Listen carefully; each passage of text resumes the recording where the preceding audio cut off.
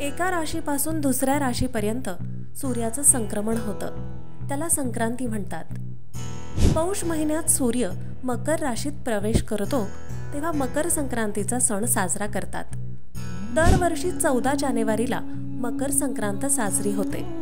क्वचितच कधी 13 किंवा 15 जानेवारीला हा सण साजरा होतो.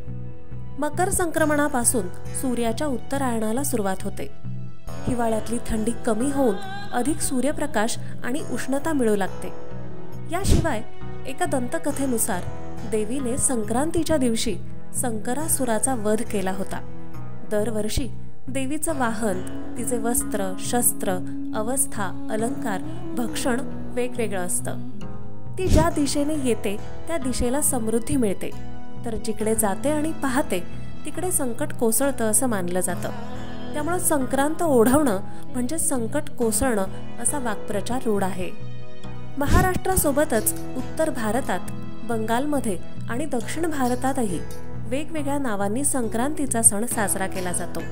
धान्याचं नवं पीक हाती आलेलं असतं. ते विधिवत पूजा करून देवाला नैवेद्य अर्पण करून वापरायला घ्यायचं असा रिवाज त्यामागे आहे. म्हणजे संक्रांतीचा सण भारताच्या कृषी संस्कृतीचा एक महत्त्वाचा भाग आहे. महाराष्ट्रात संक्रांतीच्या आधी भोगी आणि नंतर किंक्रांत किंवा करीदिन असतो. संक्रांतीच्या दिवशी सगळ्यात जास्त महत्त्व असतं ते तिळगुळाला. मोठ्या माणसांनी त्यांच्यापेक्षा वयाने लहान असणाऱ्यांना तिळगुळ देण्याची प्रथा आहे. तिळगुळाला आहाराच्या, पौष्टिकतेच्या दृष्टीनं महत्त्व आहेच.